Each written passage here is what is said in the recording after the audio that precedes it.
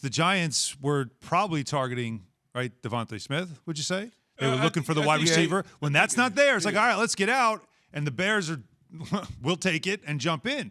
Who knows if that doesn't happen, if let's say Surtain does fall to the Cowboys and they didn't make that pick, maybe the Giants don't make this deal. So things had to happen to set this up just right for the Bears to get their future quarterback. And as they're tracking the boards of the different teams and what personnel teams need and where they're moving around, there was an opportunity for the Bears to trade out with the Giants, and the Giants could still get their guy in the 20s, which they did, because they probably were targeting a skill position player the entire time. They probably targeted a defensive player that was on the board that got away from them as well. And so when you start to think about it, the Giants did what they were supposed to do, which was back out, still get their guy.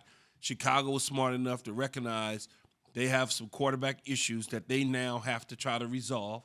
I don't think Nick Foles is going to start the season with them. They'll probably move him somewhere for a 7th-round pick or something. A team that needs a backup. A team that needs a backup. Would the Jets be a good fit there, would you think? I mean, they have Zach Wilson. They don't really have a veteran backup now. Would that be a fit? Joe Douglas, some history there maybe? Yeah, I guess it would be a fit. Right? Yeah, because he was with him at the Eagles. Mm-hmm. Yeah, of course that would be a good backup fit for him. So when you look at it, Chicago certainly did their job, but I don't know if Justin Fields is going to get on the field immediately because you got Andy Dalton there, and Andy Dalton's going to play for you to, how many games, let's say Andy Dalton gets into that situation where, he's going to, a handful of games that he's going to play, and if it's going great, then you continue to go with him, and if it starts to go left, now you insert the young guy in the lineup to get the team a spark, but also give him some playing experience for the next head coach. Just look at the future of the NFC North, right? You don't have the beautiful mystery. Aaron Rodgers, probably not going to be there anymore. That's a good point. Kirk Cousins, right? The Vikings. Like Jared Goff, the Lions. That's a huge opportunity, and that door is open.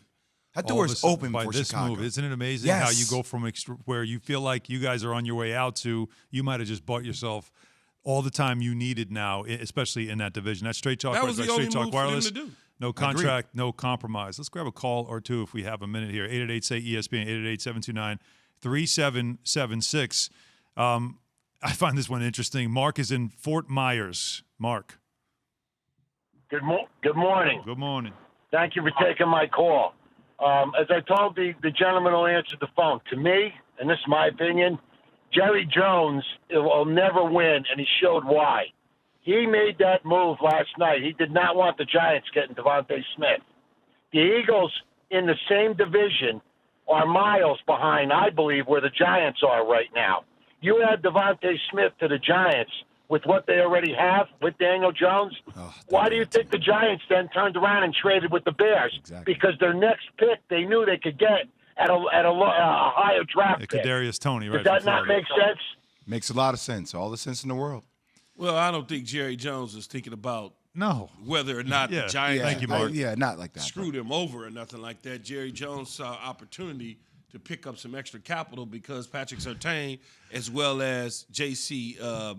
Horn were off the board. Yeah. So at this point, it's like, well, what am I sitting here for? There was no reason for the Cowboys to sit there. And by the way, again, if the Cowboys had made a deal with like an AFC team, maybe you could come up with that kind of a conspiracy theory. But it was a divisional rival. It doesn't what does it matter at that point? But I love it because I love the fact that Mark sounded angry.